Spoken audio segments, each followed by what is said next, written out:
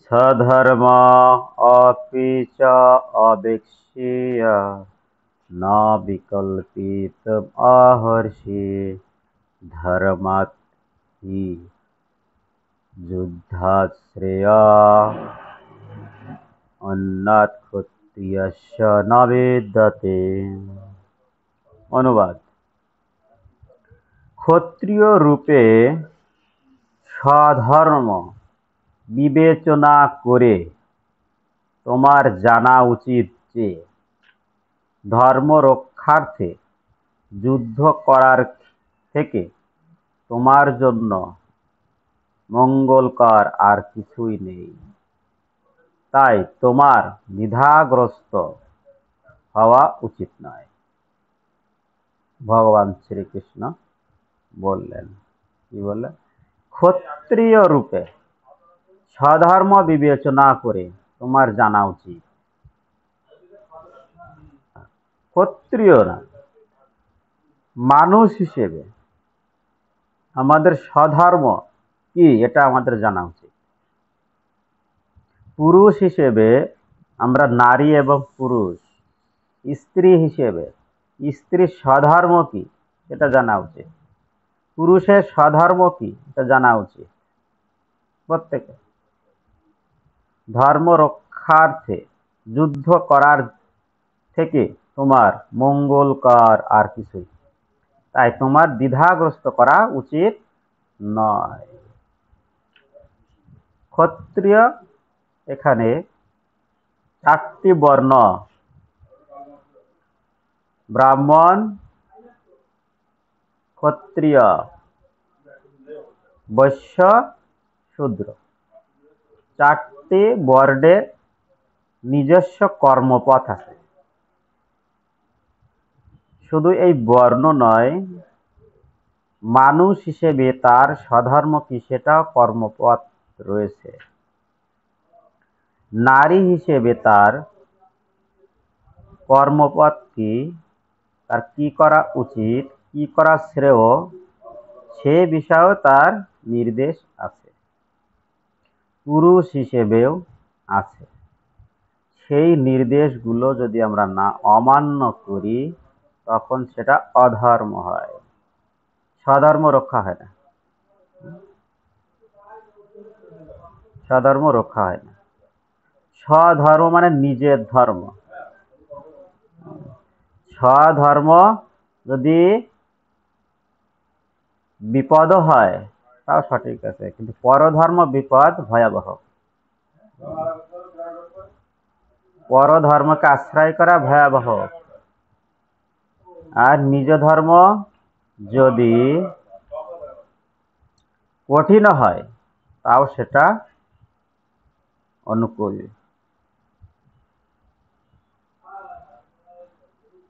ধর্ম রক্ষার্থে যুদ্ধ করার থেকে তোমার মঙ্গল করার কিছু নেই। ব্যক্তি হিসেবে আমার যেটা স্বধর্ম সেটা আমার রক্ষা করা অবশ্যই উচিত, সেটাই মঙ্গলকর। তাই তোমার দ্বিধাগ্রস্ত করা উচিত নয়। আমি নারী বা পুরুষ, সেদিকে যদি আমরা খেয়াল করি, আমাদের কাজ কর্মের দিকেও কিন্তু খেয়াল করা উচিত। শুধু কর্ম নয়, আমার ড্রেস আপ এবং অন্যান্য দিকেও খেয়াল করা উচিত। স্বধর্ম রক্ষা, নিজের নিজের স্বধর্ম রক্ষা করার ক্ষেত্রেও সেটা উচিত। একজন তাৎপর্য পড়বেন, হরিবল।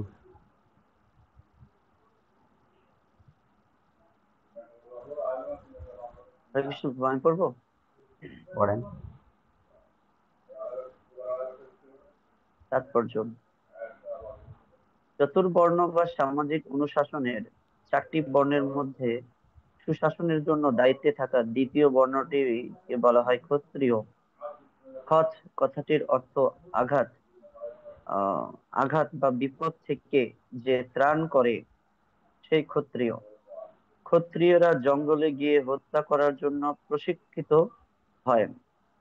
ক্ষত্রিয়রা জঙ্গলে গিয়ে হিংস্র বাক্যে যুদ্ধে আহ্বান করে এবং শুধু তলোয়ার হাতে সেই বাঘের সঙ্গে যুদ্ধ করে তাকে নিধন করে।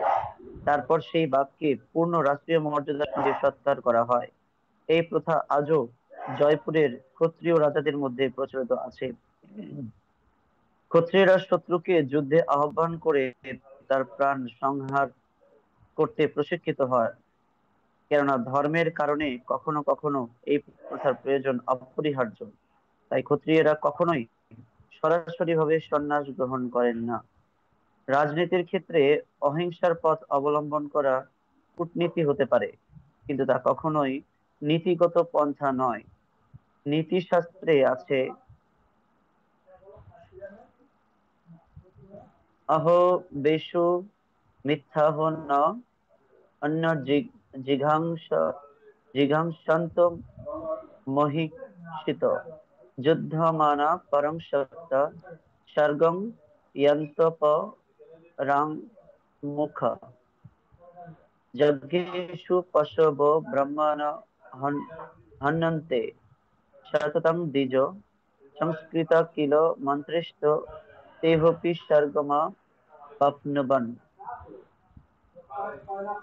কোন রাজা অথবা ক্ষত্রিয় যখন যুদ্ধক্ষেত্রে তার প্রতি ঈর্ষান্বিত কোন রাজার সঙ্গে সংগ্রামে রত হন, মৃত্যুর পর তিনি স্বর্গলোকে গমন করার যোগ্য হন। তেমনি ব্রাহ্মণ যজ্ঞে পশু বলি দিলে স্বর্গ লাভ করেন। তাই যুদ্ধক্ষেত্রে ধর্মীয় নীতির অনুকূলে হত্যা করা এবং যজ্ঞে পশু বলি দেওয়াকে হিংসাত্মক কার্য বলে গণ্য করা হয় না, কারণ এই ধর্ম অনুষ্ঠানের ফলে সকলেই লাভবান হয়।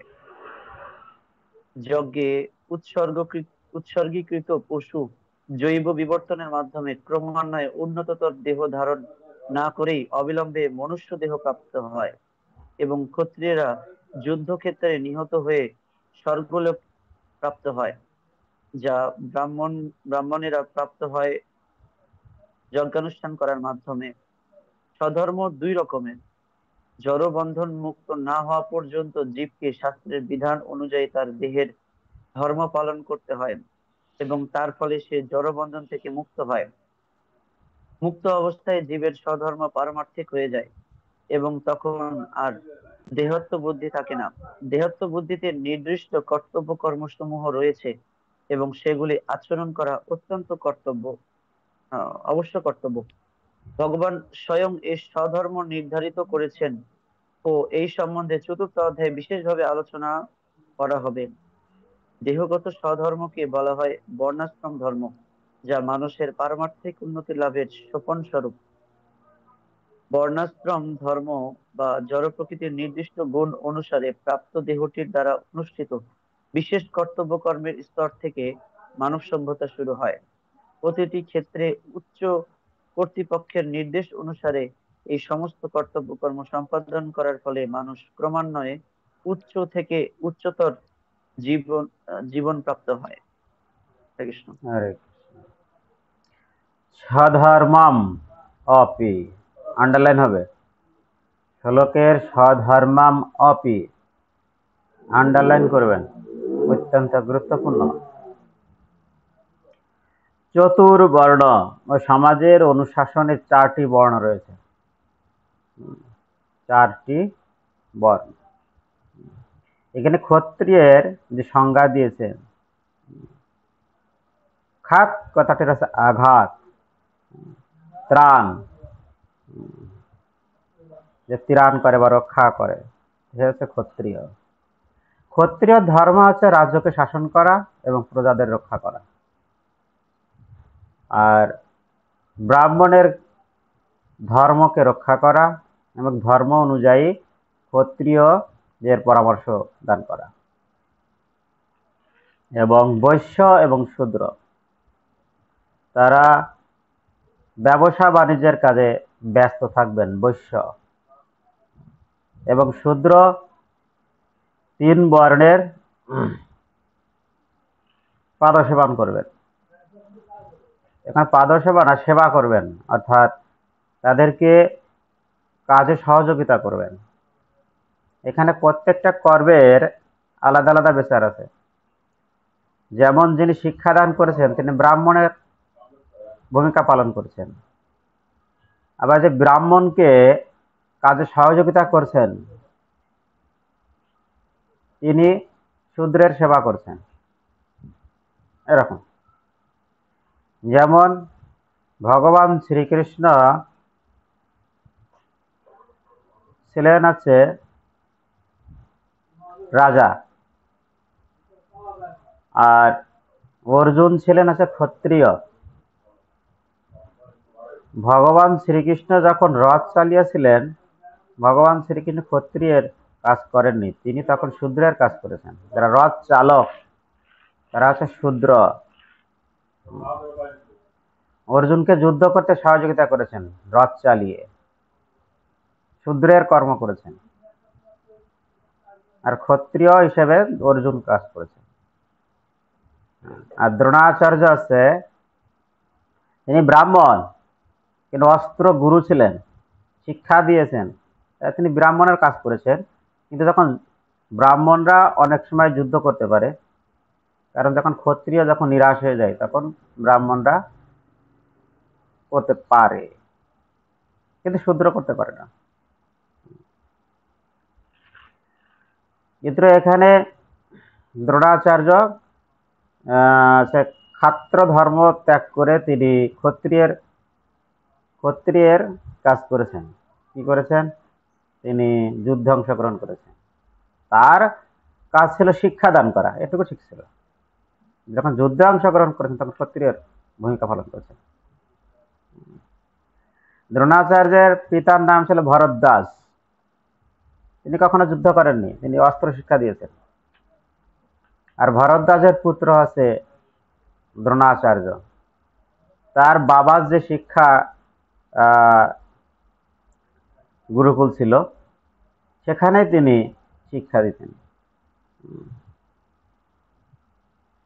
কিন্তু হ্যাঁ, এরকম হতে পারে, বাবা শিক্ষক ছিল, সেও শিক্ষক হতে পারে,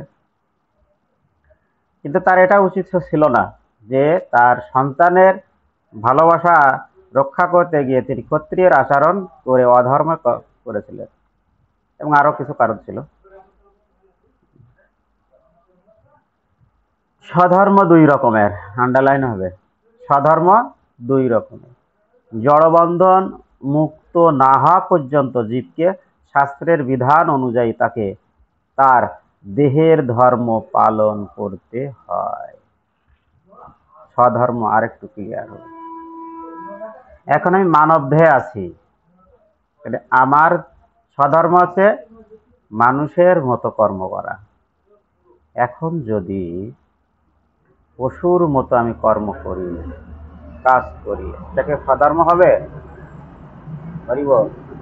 কথা বলতে হবে। না প্রভু।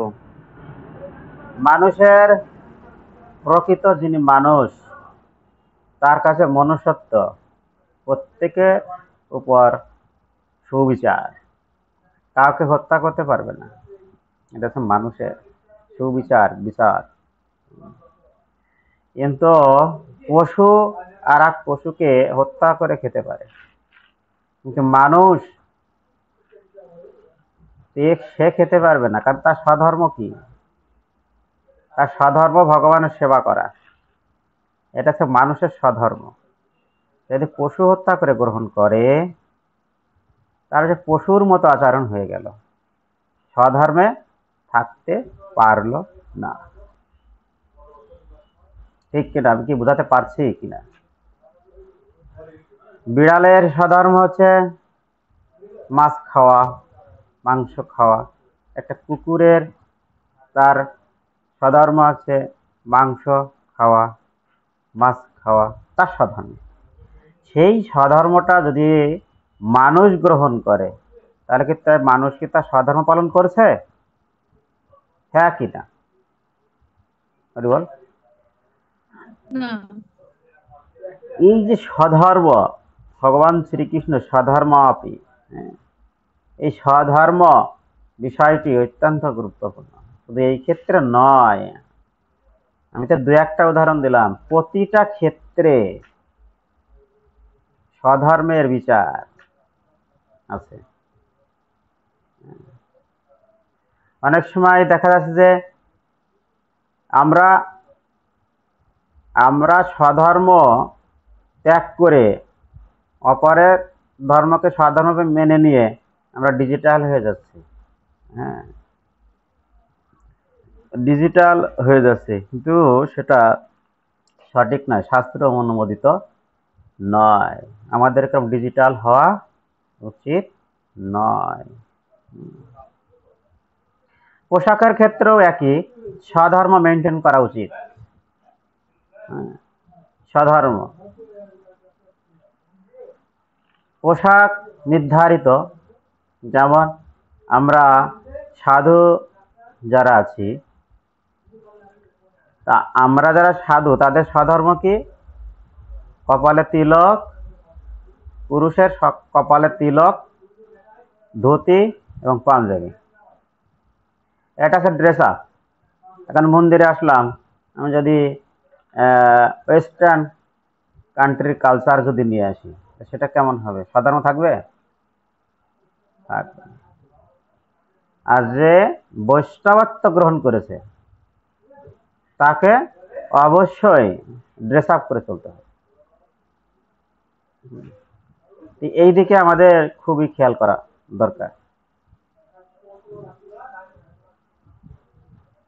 মন্দিরে যখন আমরা আসবো, শুধু মন্দিরে নয়, যারা বৈষ্ণবত্ব পালন করেছে সবসময় তিলক ধারণ অত্যন্ত গুরুত্বপূর্ণ। শুধু তাই নয়, 24 ঘন্টা তিলক ধারণ করতেই হবে। যখন দাদার সঙ্গে আমরা তিলক ধারণ করি তখন কি হয়? 12টা জায়গায় ভগবান অবস্থান করে। তখন আমার এই দেহের দ্বারা খারাপ কোনো কর্ম বা চিন্তা করা সম্ভব হয় না। খেয়াল করে দেখবেন। আর মঙ্গল আরতি একটা গুরুত্বপূর্ণ বিষয়। যখন আমরা মঙ্গল আরতিতে উঠি, সেদিন দেখবেন আপনি খারাপ কোনো কাজে যেতেই পারবেন না। তার দিন সে হিসাব করবেন আমি খারাপ কয়টা কাজ করলাম, সম্ভব হয় না। এরকম আমরা 16 মালা জপ যদি আমরা করি, আমরা করি তো এরকম। এখানে বলা আছে স্বধর্ম 2 রকমের, জড়বন্ধন মুক্ত না হওয়া পর্যন্ত জীবকে শাস্ত্রের বিধান অনুযায়ী তার দেহের ধর্ম পালন করতে হয়, এবং তার ফলে সে জড়বন্ধন থেকে মুক্ত হয়। দেহের স্বধর্ম পালন করার পরে জড়বন্ধন থেকে মুক্ত হতে পারবে। মুক্ত অবস্থায় জীবের স্বধর্ম পারমার্থিক হয়ে যায় এবং তখন আর দেহাত্ম বুদ্ধি থাকে না। দেহাত্ম বুদ্ধিতে নির্দিষ্ট কর্তব্য কর্ম সমূহ রয়েছে এবং সেগুলি আচরণ করা অবশ্যই কর্তব্য। ভগবান স্বয়ং এই স্বধর্ম নির্ধারিত করেছেন ও এই সম্বন্ধে চতুর্থ অধ্যায়ে বিশদভাবে আলোচনা করা হয়েছে। দেহগত স্বধর্মকে বলা হয় বর্ণাশ্রম ধর্ম, যা মানুষের পারমার্থিক উন্নতি লাভের সোপান স্বরূপ। বর্ণাশ্রম যদি আমরা পালন করি, সেই ক্ষেত্রে কি হবে? পারমার্থিক উন্নতি হবেই। বর্ণাশ্রম ধর্ম, চতুর্বর্ণ আর বর্ণাশ্রম ধর্ম, 4টি বর্ণ হচ্ছে কি বলতে পারবেন কেউ? 4টি বর্ণ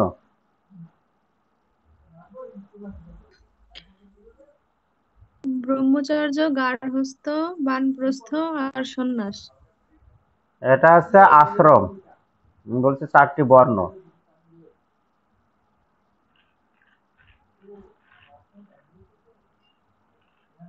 রাহুল বাবু, ব্রাহ্মণ, ক্ষত্রিয়, বৈশ্য, শূদ্র। হ্যাঁ, এটা আমি প্রথমেই বলেছি। এটা হচ্ছে 4টি বর্ণ। আর আশ্রম আছে ব্রহ্মচর্য, গারস্থ, বানপ্রস্থ আর সন্ন্যাস। তা আমরা 25 বছর পর্যন্ত ব্রহ্মচর্য পালন করি। এই যে ব্রহ্মচর্য পালন করি, তারপরে কি হচ্ছে গৃহস্থ, তারপর হচ্ছে বানপ্রস্থ, তারপর হচ্ছে সন্ন্যাস। অর্থাৎ 25 বছর পর্যন্ত শিক্ষা অর্জন করবে, তারপরে কি করবে, গৃহস্থাশ্রমে প্রবেশ করবে। গৃহস্থ ধর্ম পালন করার পরে সন্তানের হাতে গৃহের সকল দায়িত্ব দিয়ে তিনি বানপ্রস্থ গ্রহণ করবেন। শাস্ত্র রিয়েলাইজেশন চলবে, তারপর সেটা প্রচার করবে। বানপ্রস্থ প্রচার শুরু। ব্রহ্মচার্য যা অর্জন করেছে সেটা পালন করবে 25 বছর 50 পর্যন্ত, বানপ্রস্থ প্রচার করবে। তারপরে সে সন্ন্যাস ত্যাগ করবে, কিন্তু সন্ন্যাস কলিতে নাই, বানপ্রস্থ হিসেবেই থাকতে পারে, পরিবারে প্রচার করবে।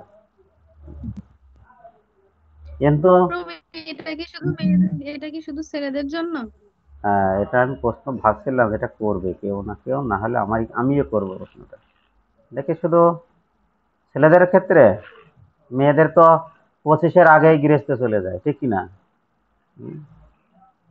হ্যাঁ প্রভু, তারপরে বানপ্রস্থে তো মেয়েরা খুব একটা এটা দেখা যায় না, এই জন্য বললাম। বানপ্রস্থ আদর্শ গৃহস্থ জীবনই বোঝে না, বানপ্রস্থের প্রশ্ন তো আসেই না। যে ব্যক্তি 8ম শ্রেণী পর্যন্ত পড়েছে,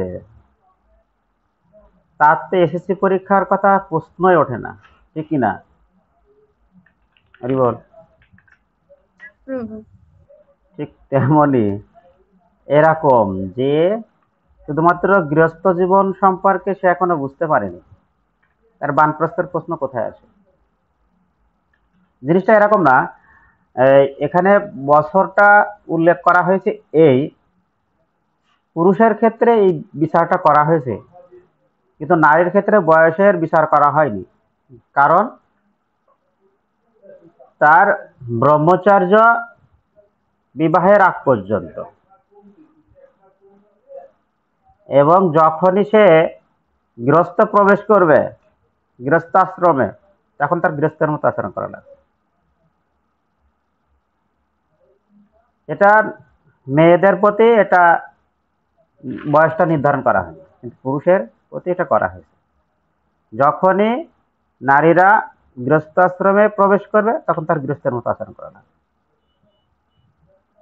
এবং বানপ্রস্থ গৃহ থেকে বানপ্রস্থ হয়, গৃহ থেকে প্রচার করা যায়। বানপ্রস্থ বলতে সংসার, জাগতিক যে ভার বহন, এটা থাকবে না। যেমন আজকালকার শাশুড়িরা কি করে, যে 50 বছর হয়ে গেছে, সে সংসারের দায়িত্ব রেখে দেয়। বৌমা কি হয়েছে, বৌমা যদি রান্না করতে যায়, বৌমার আবার শুনে নেওয়া লাগে, মা কতটুকু চাল দেবো। কিন্তু প্রতিদিনই কিন্তু সে রান্না করছে, প্রতিদিনই কিন্তু শুনে নিচ্ছে, একই চাল বারবার শোনা লাগছে। একই সদস্য পরিবারে যদি 1 কেজি চাল রান্না করে, পরবর্তী দিন একই, যে মা কতটুকু চাল রান্না করে, 1 কেজি।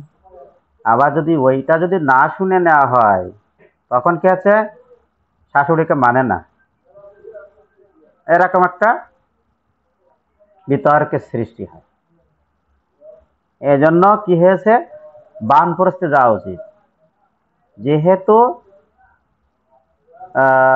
যেহেতু একজন দায়িত্বে আছে,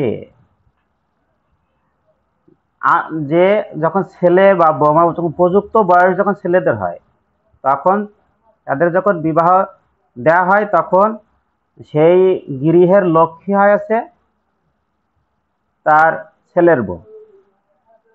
সেই ক্ষেত্রে কিছুদিন পরে বা 50 বছর পরে বয়স হলে শাশুড়িদের অবশ্য দায়িত্ব বৌমাদের হাতে দিয়ে দেওয়া উচিত, এটা শাস্ত্র নির্দেশ। তাদের অবশ্যই উচিত। যখন না হয় তখন সংসারে সমস্যা দেখা দেয়, বিভিন্ন ঝামেলা। তা আমরা ওদিকে আর যাচ্ছি না, আমাদের আরো একটা শ্লোক পড়তে হবে। এইভাবে দেহাত্ম বুদ্ধি থেকে নির্দিষ্ট কর্তব্য কর্ম সমূহ রয়েছে এবং সেগুলি আচরণ অবশ্য কর্তব্য। ভগবান স্বয়ং এই স্বধর্ম নির্ধারণ করেছেন। এগুলো আমাদের অবশ্যই বর্ণাশ্রম ধর্ম যদি আমরা পালন করি, আমাদের ধর্ম অনুযায়ী জীবন পালন করা হবে। এই ক্ষেত্রে কি হবে, প্রতিটি ক্ষেত্রে উচ্চ কর্তৃপক্ষের নির্দেশ অনুসারে এই সমস্ত কর্তব্য কর্ম সম্পাদন করার ফলে মানুষ ক্রমান্বয়ে উচ্চ থেকে উচ্চতর জীবন প্রাপ্ত হয়। এই বর্ণাশ্রম ধর্মের মাধ্যমে উচ্চ থেকে উচ্চতর জীবন প্রাপ্ত হয়। কোনো প্রশ্ন আছে? হরি বল। না প্রভু। আমরা চলে যাব 32 নং শ্লোকে।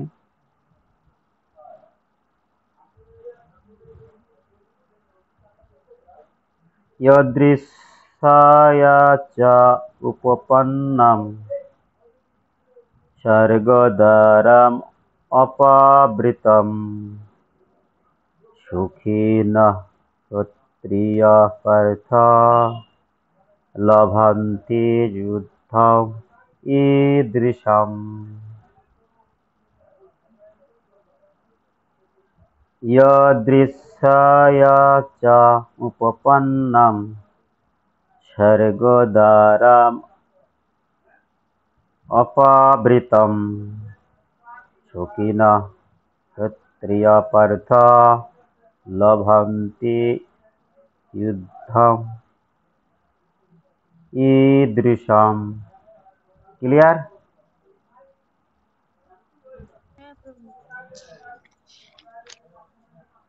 হ্যাঁ প্রভু, ওকে। यदृच्छया च उपपन्नं सर्गदरम् अपावृतं सुखिनः क्षत्रियाः पार्थ लभन्ते युद्धम् ईदृशम्। অনুবাদ: হে পার্থ, না চাইতেই যেসব ক্ষত্রিয়ের কাছে স্বর্গদ্বার উন্মোচনকারী এই প্রকার ধর্মযুদ্ধে অংশগ্রহণ করার সুযোগ আসে, তারা সুখী হন। অর্জুনকে ভগবান শ্রীকৃষ্ণ বলছেন, ক্ষত্রিয়র কর্মকে ধর্মকে রক্ষার জন্য যুদ্ধ করা, ধর্মকে রক্ষা করার জন্য। আর ব্রাহ্মণের কাজ কি? ধর্ম অনুযায়ী ক্ষত্রিয়দেরকে পরামর্শ দান করা। এখানে ক্ষত্রিয়ের কাজ হচ্ছে ধর্মকে রক্ষা করার জন্য যুদ্ধ করা। দেশকে রক্ষা করাও ধর্ম। সেই ক্ষেত্রে ধর্মকে স্থাপন করার জন্য যুদ্ধ করে। ভগবান শ্রীকৃষ্ণ বলছে, তুমি তো ক্ষত্রিয়, তো ক্ষত্রিয়র কাজ কি? যুদ্ধ করা। কি জন্য যুদ্ধ করা? ধর্মকে রক্ষার জন্য যুদ্ধ করা। তা যে ব্যক্তির কাছে না চাইতেই ধর্মকে রক্ষা করার জন্য যুদ্ধ উপস্থিত হয়েছে, সেই ক্ষেত্রে ক্ষত্রিয় যে ধর্মকে রক্ষা করার জন্য যুদ্ধ করা, এটা কি উচিত নয় করা? এরকম প্রত্যেক ক্ষত্রিয়রা আকাঙ্ক্ষা করে যে আমি যেন ধর্মযুদ্ধে অংশগ্রহণ করতে পারি, এটাই তার আকাঙ্ক্ষা। প্রত্যেক মানুষের আকাঙ্ক্ষা হওয়া উচিত যেমন ভগবানের সেবা করতে হবে, হ্যাঁ, ঠিক তেমনি ক্ষত্রিয়ের আকাঙ্ক্ষা থাকা উচিত যে স্বধর্ম অর্থাৎ ধর্ম রক্ষা করার জন্য যুদ্ধ করা। এইভাবে যদি ক্ষত্রিয়ের ধর্ম যদি এটাই হয়ে থাকে, ক্ষত্রিয়ের চাওয়া হচ্ছে ধর্মযুদ্ধ করা, কিন্তু অর্জুন এখানে যুদ্ধ না চাওয়াতেই ধর্মযুদ্ধ পেয়ে গেছে, সেই ক্ষেত্রে অর্জুনকে আর বসে থাকা উচিত নয়। যেমন একজন সূত্রধর বা কাঠমিস্ত্রি যেটা বলা হয়, তাদের আকাঙ্ক্ষা থাকা উচিত জগন্নাথের একটা রথের সেবা যেন তারা দিতে পারে, রথ তৈরি করতে পারে। জীবনে যদি কোনো সূত্রধর যদি জগন্নাথের রথ তৈরি করতে পারে, তার জীবন ধন্য। আর তাদের উদ্দেশ্য হচ্ছে ভগবানের সেবার জন্য রথ তৈরি করা, ভগবানের আসন তৈরি করা, হ্যাঁ, তারপর তুলসী দেবীর বেদি তৈরি করা, ভগবানের বেদি তৈরি করা, এটা কিন্তু প্রকৃত উদ্দেশ্য। কিন্তু তা না হয় যদি ব্যবসায়ী মনোভাবে অন্য কিছু তৈরি করে যা ভগবানের সেবায় লাগে না, সেটা কিন্তু উদ্দেশ্য নয়। অর্থ ইনকামের উদ্দেশ্য হতে পারে, কিন্তু প্রকৃত উদ্দেশ্যটা নয়। এইভাবে কি হয়, ভক্তদের চাওয়া থাকে আমি ভগবানের সেবা করতে পারি, ক্ষত্রিয়ের আকাঙ্ক্ষা থাকবে যে ধর্মকে রক্ষা করার জন্য যুদ্ধ করতে পারি, সূত্রধর যারা কাঠমিস্ত্রি তাদের উদ্দেশ্য থাকবে ভগবানের সেবার জন্য ভগবানের আসন তৈরি করতে, ভগবানের রথ, জগন্নাথের রথ যেন তৈরি করতে, এটা তাদের আকাঙ্ক্ষা থাকবে। কিন্তু তা না হয়ে কি হচ্ছে, অন্য দিকে চলে যাচ্ছে, স্বধর্ম ত্যাগ করছে, তাদের উদ্দেশ্য। এবং পুরীতে যারা রথ তৈরি করে বংশ পরম্পরায়, অর্থাৎ ওই সূত্রধররাই শুধুমাত্র কি করবে, রথের তৈরি কাজে নিয়োজিত থাকে। প্রতি বছর ওই বংশের লোকেরাই রথ তৈরি করে, এবং রথের বিনিময়ে তৈরি করার বিনিময়ে তারা কিন্তু কোনো প্রকার প্রণামী নেয় না। প্রণামী নিলেই সেক্ষেত্রে কর্মফল বিক্রি হয়ে যায়, সেবা থাকে না সেটা। সেরকম এটা হচ্ছে তার স্বভাবগত বা স্বধর্মগত কর্ম। তাই অর্জুনকে বলছে যে তুমি ক্ষত্রিয়, তোমার উদ্দেশ্য হচ্ছে ধর্মযুদ্ধ করা, তুমি না চাওয়াতেই এই ধর্মযুদ্ধ পেয়ে গেছো, তাই তোমার আর এই যুদ্ধে অংশগ্রহণ অবশ্যই করা উচিত। এ সুযোগ সবার আসে না। এই ধর্মযুদ্ধে অংশগ্রহণ করার সুযোগ সবার আসে না, রথ তৈরি করার সুযোগ সবার আসে না, এরকম ভগবানের আসন তৈরি করার সুযোগ সবার আসে না। তাৎপর্য একজন পড়বেন, হরিবল।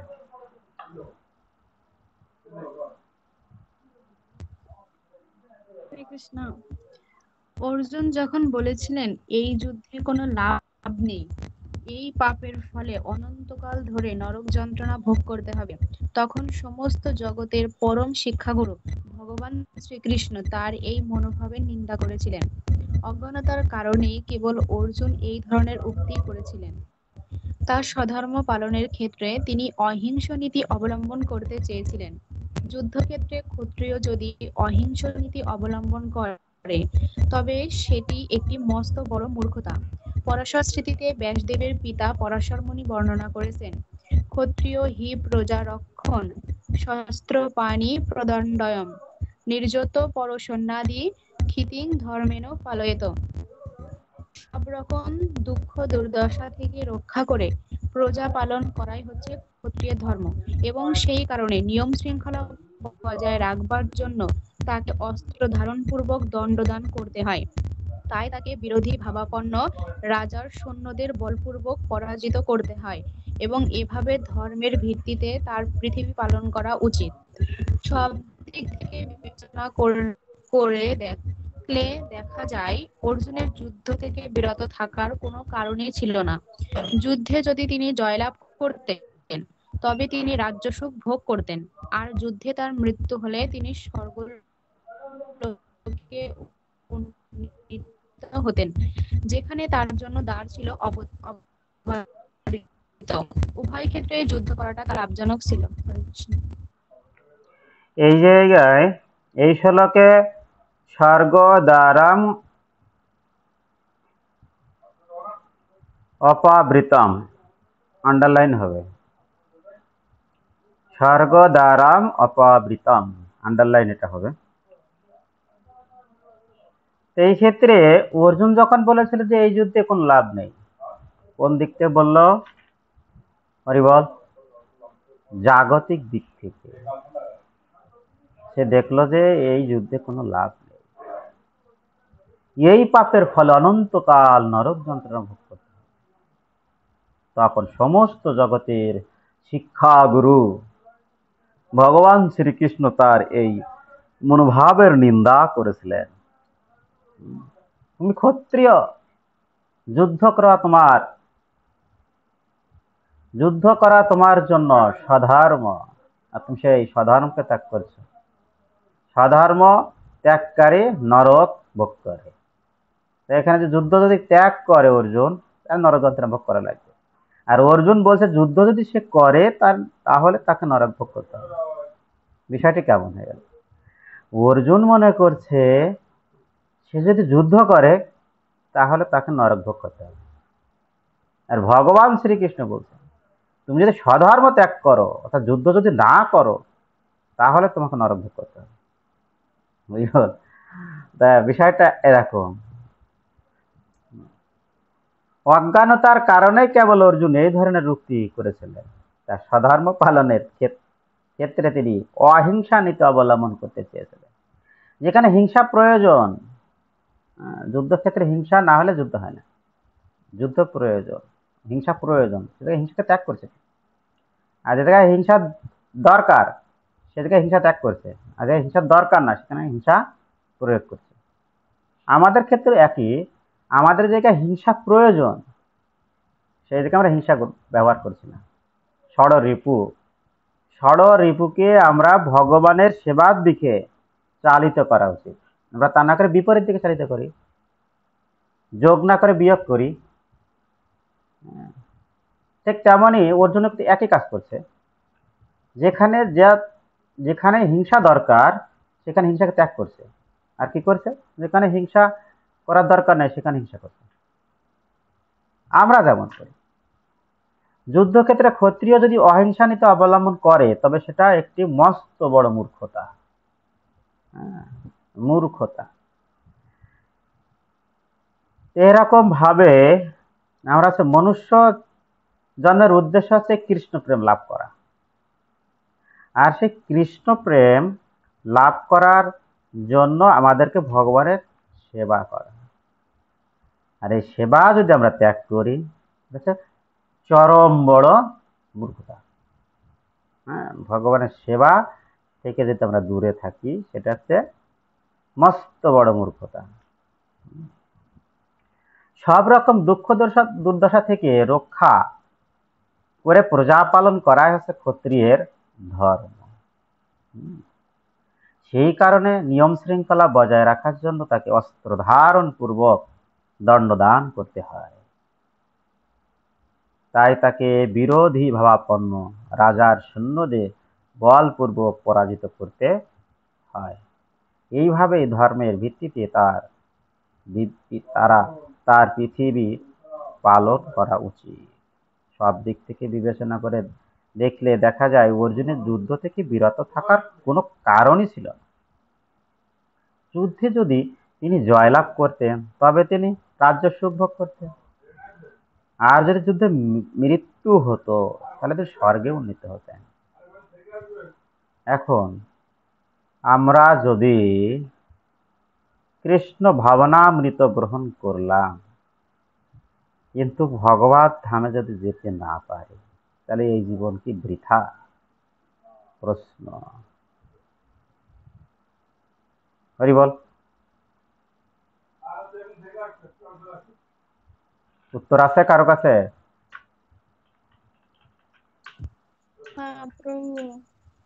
না প্রভু, প্রশ্নের অ্যান্সারটা দিলে ভালো হয়। এই প্রশ্ন কি আপনাদের হৃদয়ে ছিল কখনো? ছিল? আমার তো মনে হয় না সত্যি বলতে না। কারোরই ছিল না। এই জন্য আমরা গীতা পাঠ করতে হয় কারোর অধীনে। বিষয়টি ক্লিয়ার? এখানে ভগবান শ্রীকৃষ্ণ বলছে যে অর্জুন যদি যুদ্ধ করে তাহলে স্বর্গ সুখ ভোগ করবে, আর যদি মৃত্যুবরণ করে তো যুদ্ধ জয়লাভ করে রাজ্য লাভ, আর যদি মৃত্যুবরণ করে স্বর্গ লাভ। আমরা ভগবানের সেবা করে আনন্দ উপভোগ করি নাকি বিরহ? আনন্দ প্রভু। আরে ভগবানের সেবা করলে আমরা আনন্দ পাবো। যদি ভগবানকে আমরা তো আনন্দ পাচ্ছি, যদি ভগবানের সেবা করতে পারবো আনন্দ পাবো, আর যদি মুক্তি লাভ করি তাহলে মহা আনন্দ ভগবানের সাথে যুক্ত হব। ঠিক কিনা? যদি ভগবানকে না পাই, ভগবানের সেবা করে আনন্দ পাবো, আর যদি মুক্তি পাই তাহলে ভগবত ধামে পৌঁছাবো। ঠিক কিনা? ভগবান শ্রীকৃষ্ণ গীতাতে আরো বলছেন যে আমার ভক্তের কোনো বিনাশ নেই। এখন যদি সে শুদ্ধ ভক্তে পরিণত না হতে পারে, পরবর্তীতে সে আবার সুযোগ পাবে। কোথায় সুযোগ পাবে? আবার ভগবানের সেবা করার সুযোগ পাবে। ঠিক কিনা? হরি বল। বোঝা যাচ্ছে না মনে হচ্ছে? হ্যাঁ প্রভু, ঠিক আছে। যেখান থেকে সে তার ভগবানের সেবা অফ হয়েছে, তার তেমন একটা জায়গায় জন্ম হয়ে তারপর থেকে শুরু হবে। তাহলে সে এখানে যদি ভগবানের সেবা করে সে আনন্দে আছে, আর মৃত্যুর পরে যদি তার তার সেই ভগবত পরিবারে তার জন্ম হবে, তো সেখান থেকে তার ভগবানের সেবা শুরু হচ্ছে, তাহলে সে আনন্দ পাচ্ছে কিনা? হ্যাঁ, হ্যাঁ প্রভু, পাচ্ছে। পাচ্ছে। তাহলে আমরা ভগবত সেবা করলে আনন্দ পাবো, আর যদি মুক্তি পাই তাহলে ভগবানকে পাবো, ভগবানের সেবা পাবো। আমি কি বুঝাতে পারলাম? হ্যাঁ প্রভু, বুঝে। হ্যাঁ প্রভু, সব ক্লিয়ার। কিছু অঙ্কের মতো। গীতাটা হচ্ছে বিজ্ঞান, শুধু জ্ঞান নয়। আমরা এই সকল শ্লোক অনেকবার পড়েছি, কিন্তু বিজ্ঞানের মতো বুঝতে পারিনি, ইতিহাসের মতো পড়েছি, সাহিত্যিকের মতো পড়েছি। ঠিক কিনা? আমাদের উদ্দেশ্য ছিল প্রকৃত বিষয়টা বুঝার। গতদিন যেন ক্লাসে একটা বলেছিলাম যে 150 বছরের অভিজ্ঞতা, একজন অ্যাস্ট্রোলজার লিখেছে 150 বছরের অভিজ্ঞতা, তার বয়স 40। কিভাবে 150 বছরের অভিজ্ঞতা? তার দাদু 50 বছর ডাক্তারি করেছে, তার বাবা 50 বছর করেছে, 60 বছর করেছে, তারপরে সে করছে। তাহলে 3×50 কত হয়? 150। তার দাদু যে অভিজ্ঞতা অর্জন করেছে 150 তার বছর। বাবাকে দিয়েছে, আর দাদু আর বাবা যা অভিজ্ঞতা করেছিল সেটা তার নাতিকে দিয়েছে। এই হিসেবে 150 বছরের অভিজ্ঞতা। তাই বলা হচ্ছে যে যখন আমরা গীতা পাঠ বা অধ্যয়ন করব কারোর অধীনে, কারণ সে তার যে অভিজ্ঞতা আছে সেই অভিজ্ঞতা আমি 1 মিনিটে পেতে পারি, কৃপা স্বরূপ সে 1 মিনিটে পেতে পারি। এটা আছে বিষয়। শ্রীল প্রভুপাদের যে অভিজ্ঞতা, তার আলোকে তিনি ভগবত গীতা সুন্দরভাবে ব্যাখ্যা করেছেন। সেই অভিজ্ঞতা আমাদের অর্জন করতে যদি আমরা নিজেরা করতে যাই, লক্ষ্য দেখা যাচ্ছে যে আমাদের 100 বছরে চলে যেতে পারে, তাও দেখা সেই অভিজ্ঞতা পালন হলো না বা অর্জন হলো না। তাহলে আবার কি হলো? আমার জীবনটাই বৃথা গেল। এর জন্য আমাদের উচিত কারোর অধীনে থেকে পাঠ করা। তাহলে কি হয়? তার যে অভিজ্ঞতা, সে যে অভিজ্ঞতা অর্জন করেছে, সেই অভিজ্ঞতা এক নিমিষে পাওয়া যায়। এটা হচ্ছে মূল বিষয়। আমরা তো নিজেরাও গীতা পাঠ করি, বুঝি কতটুকু বুঝি? একই শ্লোক আমরা বারবার পড়ি, কতটুকু বুঝি? হরে কৃষ্ণ। তা সকলে গীতা আমরা পড়ি বা পড়েছি, কিন্তু দেখা যাচ্ছে যে আমরা যখন ক্লাসে করি বা কারোর অধীনে যখন ক্লাস করি, তখন কি হয়, আমাদের অভিজ্ঞতাটা চলে আসে, প্রকৃত বিষয়টা দ্রুত বোঝা যায়, নিজে করে বোঝা লাগে না। ঠিক আছে? হরে কৃষ্ণ। আজকে আমরা এ পর্যন্তই গীতা স্টাডি স্থগিত রাখবো। কারোর কোনো প্রশ্ন আছে? কারোর কোনো প্রশ্ন আছে?